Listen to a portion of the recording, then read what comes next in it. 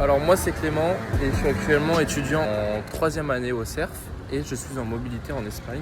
Mon stage se trouve à peu près 20 minutes de là où on est logé et je me déplace en baline bici. Donc des balines bici, il y en a un peu partout, il y a des stations un peu partout dans la ville et c'est très très pratique. Après 20 minutes de vélo, je suis arrivé au niveau de la clinique. La clinique se trouve dans le quartier Trinitat, donc c'est un peu au nord de Valence. Mais c'est aussi pas très loin du centre, on est à 10 minutes à peu près en vélo de l'entrée de la vieille ville. Et donc la clinique s'appelle Clinica Trinitat Podologia et Physiotherapia. Dedans on peut y retrouver donc de la podologie et de la kinésithérapie. Coucou le CERF, alors moi c'est Tiziri et aujourd'hui je vais vous amener avec moi sur mon terrain de stage. Alors moi je me déplace en transport pour y aller, j'en ai pour environ une vingtaine de minutes et voilà, donc là on est direction la bouche de métro. Une fois arrivé sur le terrain, je vais vous montrer directement comment est-ce que c'est. Donc là on est sur un centre privé, donc c'est autoneurologique et la kiné avec qui je suis, elle fait principalement du vestibulaire. Bonjour, alors moi c'est Fanny Fernandez. Donc là je m'apprête à aller sur mon lieu de stage, donc qui est une clinique privée dans la ville de Paiporta qui est collée à Valence. Donc j'y vais en métro, ça se fait en 20 minutes, c'est direct, c'est très pratique. Je vous emmène avec moi.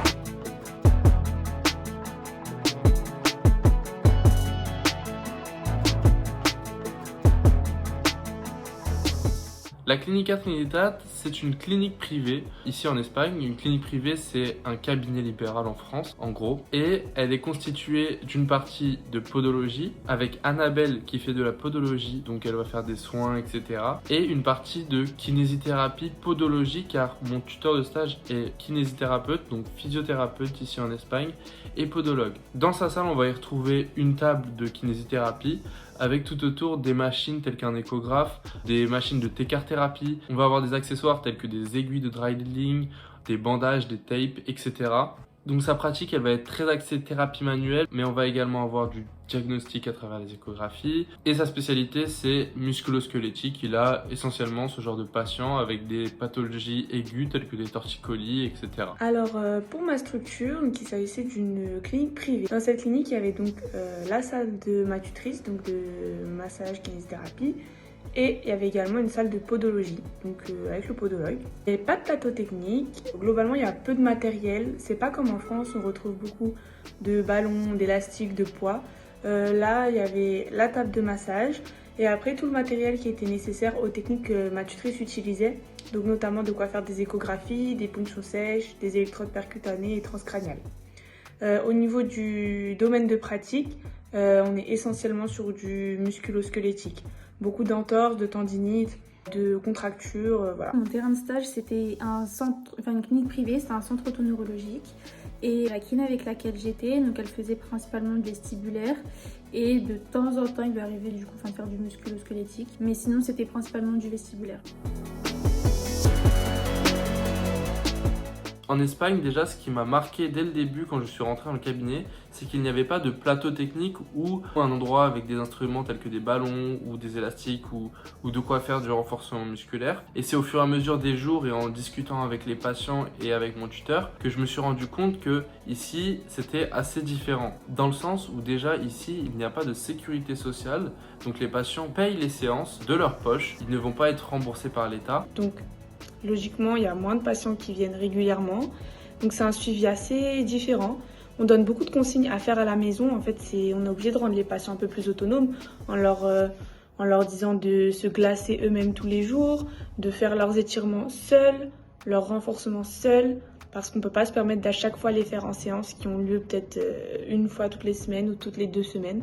Pour ma tutrice, en fait, c'est vrai qu'elle utilisait énormément les machines. Il arrivait aussi en gros qu'elle n'utilise que ça durant ses séances. En fait, ça pouvait être le cas quand elle voulait faire en gros de la réalité virtuelle avec ses patients, ou même quand elle faisait en fait ses séances de réhabilitation en fait à l'équilibre classique. Du coup, la rééducation va être différente, ça va être un soin qui n'est pas le même qu'on a en France. Ça va être un suivi différent et ça va également être une patientèle différente. Les kinés ici font peu de bilans détaillés par rapport à la France. Alors que pourtant on pourrait penser que vu que c'est de l'accès direct, c'est encore plus nécessaire de faire un bilan. Mais là pas tellement, ils vont pas vraiment faire tous les items comme chez nous avec le côté articulaire, algique, cutané trophique, vasculaire, musculaire. Ça marche pas trop comme ça. Au niveau des techniques, elles sont très manuelles. Le patient il est souvent passif, il y a beaucoup moins de travail actif comme en France. Ensuite, au niveau de l'autonomie, j'étais pas autant autonome qu'en France, peut-être parce que les patients réglaient eux-mêmes la séance et qu'ils avaient envie que ce soit le professionnel qui agisse. Mais c'est vrai qu'en fait, l'autonomie, le fait que je puisse toucher le patient, etc.,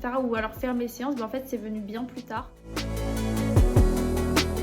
Alors parmi les trois, je suis celui qui est parti avec le niveau le plus nul en espagnol au départ. Et aujourd'hui, je pense que je suis encore avec le niveau le plus nul. Alors par rapport à la langue, c'est vrai que moi personnellement j'avais du vocabulaire. J'étais pas encore au niveau bilingue, mais en tout cas ça allait. Enfin, je pouvais comprendre, etc. facilement quand on parlait en espagnol avant mon arrivée déjà sur place. Dans mon cas personnel, j'avais de très bonnes bases en espagnol. Je savais tenir une conversation, mais j'avais quand même très peur au niveau des termes techniques, de pas tout comprendre.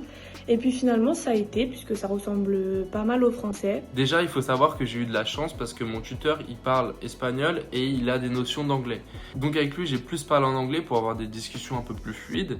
Mais en revanche, avec les patients, j'étais obligé de parler en espagnol et surtout, toutes les séances étaient faites en espagnol. Du coup, au début, je ne comprenais pas grand-chose. Mais là, sur la fin, j'arrive à comprendre pas mal de discussions et dans la rue, j'arrive à me débrouiller très facilement en espagnol. Cependant, c'était assez compliqué. Enfin, il y a un gros effort de concentration qui rajoute une fatigue. Par contre, c'est vrai que les premiers jours, ça a été un peu difficile parce que j'ai été impressionnée par le débit de parole. En gros, quand on est en situation directement, en fait, on est un peu désorienté, on ne sait pas trop quoi dire. On a compris qu'un quart de la phrase, donc oui, c'est un peu difficile. Parce que c'est vrai que se concentrer sur une autre langue que notre langue maternelle, ça prend beaucoup d'énergie. Mais au fur et à mesure du temps, en fait, on s'y fait. Et de toute façon, même si en fait, il y a des phrases qu'on ne comprend pas, ou même quand nous, on n'arrive pas à se faire comprendre, il y a toujours des moyens en fait, de réussir à se faire comprendre.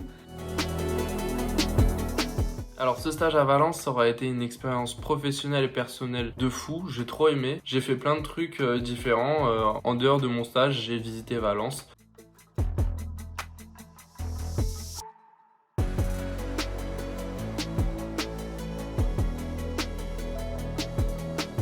Ça a été vraiment une expérience enrichissante. La vie, elle est très agréable à Valence et en Espagne en général. D'un point de vue humain, les gens ils sont très sympathiques. J'ai pu avoir de très bonnes conversations, que ce soit avec ma tutrice, avec les patients, faire de bonnes rencontres. Pour moi, ça a été une bonne expérience. Je regrette pas de l'avoir fait parce que de toute façon, je voulais vraiment faire mon stage à l'étranger personnellement. D'un point de vue professionnel, on en ressort avec des trucs en plus. Pendant mon temps libre, j'ai pu profiter par exemple de la plage lorsqu'il faisait beau. J'ai pu profiter de certains lieux.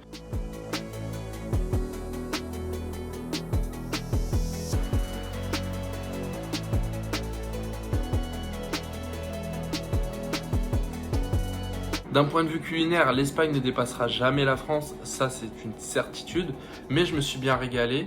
D'un point de vue du temps, ici il fait pas mal beau, là on est fin septembre, il fait encore 30 degrés, en France il fait 12 degrés, donc franchement ça c'est pas mal aussi. Sinon au niveau des rencontres, ici c'est parfait, il y a pas mal d'étudiants, c'est une ville Erasmus, c'est une ville où ça bouge pas mal.